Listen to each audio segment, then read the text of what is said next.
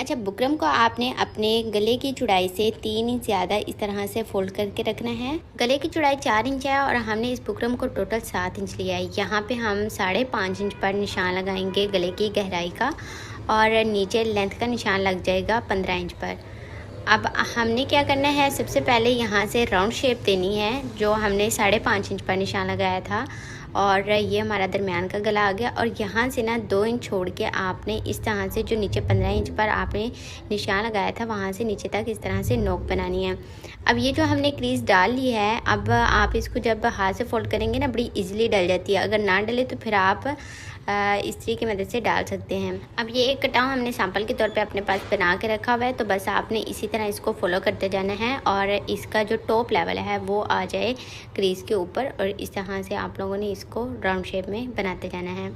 मेरे इस चैनल पर आप लोगों को काफ़ी सारी कटाव वाली वीडियोस मिल जाएंगी जिसमें गले पर, दामन पर, स्लीव्स पर हम लोगों ने मुख्तलिफ़ तरह से कटाव बना के डिज़ाइन बनाए हैं। आप लोग वो वाली वीडियोस ज़रूर देखा करो और मैंने उन वीडियोस में इस कटाव की लंबाई चौड़ाई सब बताई है, आप लोगों को दिखाई है कि किस तरह से आप लोगों ने कितनी शेप में इसकी कटाई करके यानी कि लंबाई में और चौड़ाई में रखना होता है अपने पास। ये एग्जाम्पल के तौर पर आप रख लें तो आपकी ज़िंदगी बड़ी सुकून से गुजरेगी आप लोगों को टेंशन नहीं होगी। वैसे बाज़ार में बने बनाए मिल जाते हैं तो आप लोग वो भी बाय कर सकते हैं, लेकिन आप डिफरेंट तरह से गले की शेप वगैरह बनानी हो ना तो वो कम ही मिलते हैं, जैसे ये वाली बनानी है। तो अब हम लोग राउंड गला इस तरह से निकालेंगे। यहाँ से हमने सॉफ्ट हैंड के साथ आपने इस तरह से कटाव को निकालना है। कोई जल्दी नहीं है, बहुत ही आराम से और तसल्ली से इसको निकाल लें तभी ये परफेक्टली निकलेंगे। और उसके बाद जो अंदर वाला बुकरम का पीस हमारे पास बचेगा, निकलेगा, इसको ही तो हमने यूज़ करना है। इसमें से हम लोगों ने राउंड शेप निकालनी है और दरमियान में वो जो स्लिट बनेगी ना जिसके ऊपर बटन लगेंगे वो भी इसी में से ही निकलेगा। तो थोड़ा सा आप लोगों की मतलब बुकरम काफ़ी ज़ाया हो जाती है, लाइक 10-15 रुपए की तो ज़ाया हो जाती है और अगर आप बाहर से बना बनाया लाते हैं ना तो वो भी आपको इतने का ही मिलेगा। अब हमारा प्रोफेशनल काम है तो हम लोग क्या करते हैं कि इसी बुकरम को हम अगेन एंड अगेन यूज़ कर सकते हैं। अब जैसे अंदर से निकल रही है, जो निकल रही है उसमें से हम लोगों ने वैसे वी शेप में और स्लिट निकालनी है और बाकी वाला भी हमने यूज़ कर ही लेना है कहीं ना कहीं। तो ये हो गया हमारा वी शेप में कंप्लीट। अब इस निकले हुए पीस को साइड पे रखते हैं और एक दफ़ा इस गले को समझ लेते हैं। यहाँ से ना अम्मी लगाएंगे सिलाई, क्योंकि हम लोगों ने नीचे बनाना है एक बॉक्स टाइप। ये देखें चकोर इस तरह से जो बन रहा है ना ये हमने बनाया। यहाँ पे स्लिट आनी चाहिए हमारी, यानी कि जो बूट पाइपिंग हम करेंगे ना वो दोनों साइड से नज़र आनी चाहिए। अब अम्मी आप लोगों को दिखा रही हैं कि दरम्यान में हम लोग गला लगा लेंगे और इस तरह से इसको हम बैठाएँगे और अच्छे से पेस्ट करेंगे इसी की हेल्प से।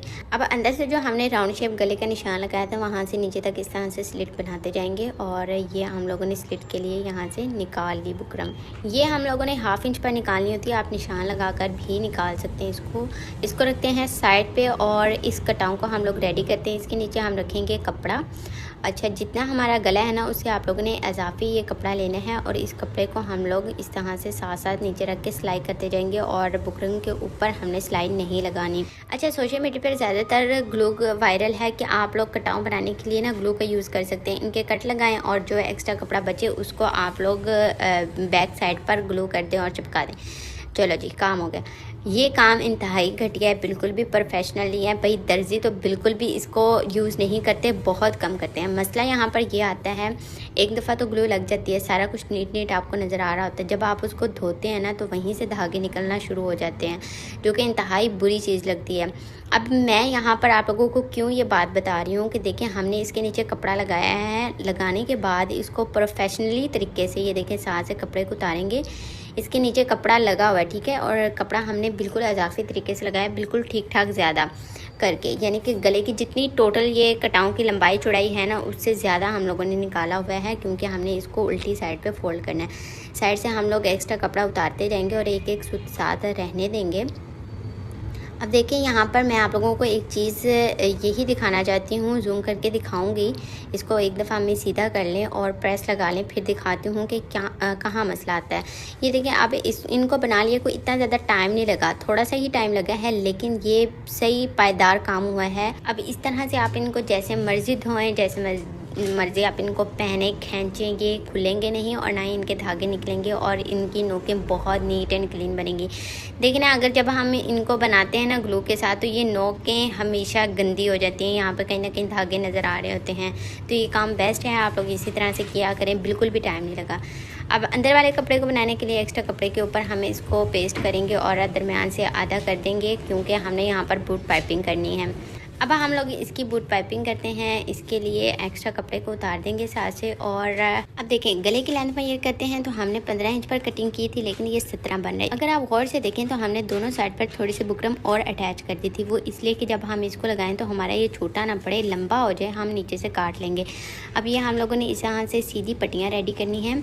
अच्छा, क्योंकि अब यहाँ पर राउंड शेप में के साथ हम लोग राउंड पे कर देंगे इस पट्टी को, तो ये उरेब शेप में लगेंगी। ठीक है, उरेब में जिस तरह से हम गले के पीछे लगाते हैं ना गोल गला बनाने के लिए ही होगी।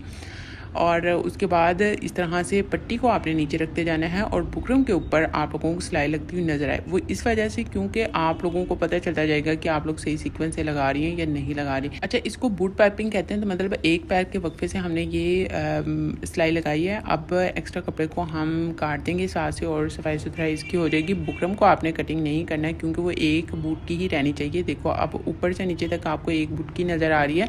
एक्स्ट्रा कपड़े को हम लोगों ने उतार दिया और ये जो पाइपिंग है ना, ये होती है आधे इंच से थोड़ी सी ज़्यादा होती है।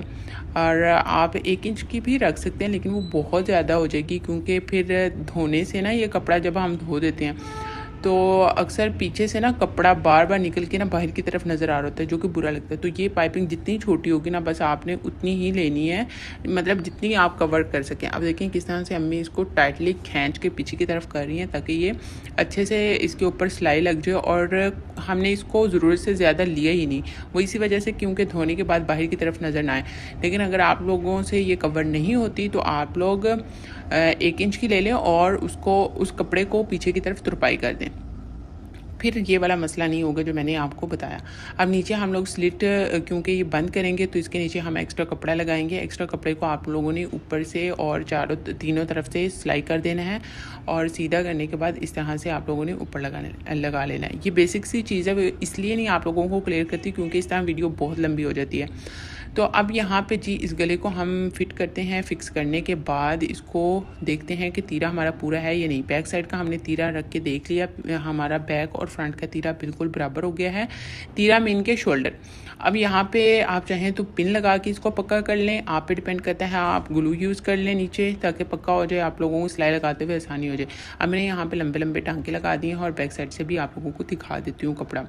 अब आप की मर्ज़ी है आप किस तरह से लगाएं।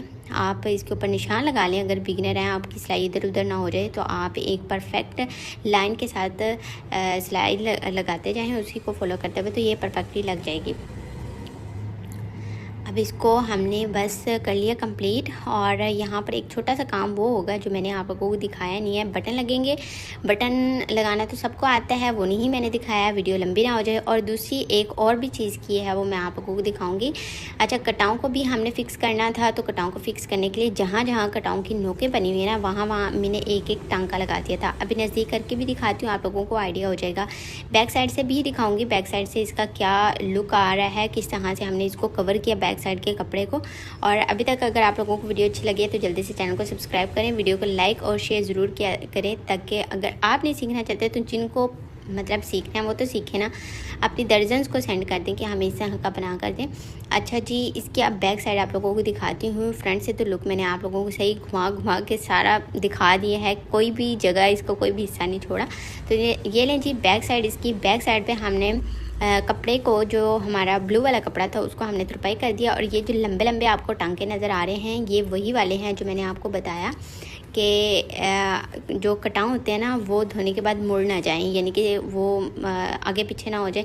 तो इसलिए हमने वहाँ पर लंबे लंबे टांके लगा के और उनकी नोकों से उनको फिक्स कर दिया। ये देखें, यहाँ से इस नोक से हमने सारी हर एक नोक पे एक एक टांका लगाते गए हैं। और इस तरह से ये बैक साइड से नज़र आ रहा है आपको, और ये फ्रंट पे।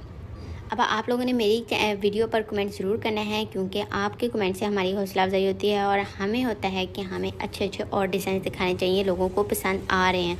लेकिन जब आप लोग कमेंट नहीं करते तो फिर हम लोग भी डिसहार्ट रहते हैं और डीमोटिवेट हो जाते हैं, तो इसलिए नई नई वीडियोस नहीं आ पाती।